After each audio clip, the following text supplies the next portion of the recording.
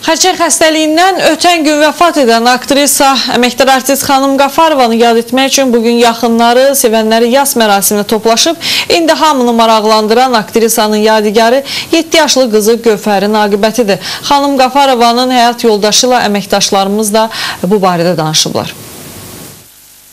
Ötən gün dünyasını dəyişən əməkdar artist xanım Qafarovanın yas mərasimi keçirilir. Heydər Əliyev fondu mərasimin bütün xərclərini öz üzərinə götürüb.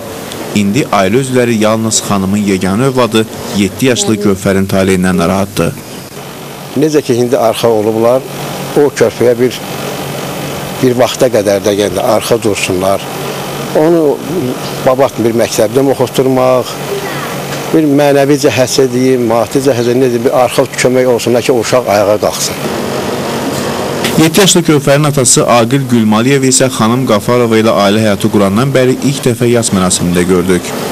Bir çoxları onların ayrıldığını düşünsə də o 2005-ci ilin avqustundan ta aktrisanın vəfatına qədər onunla rəsmi münasibətdə olub.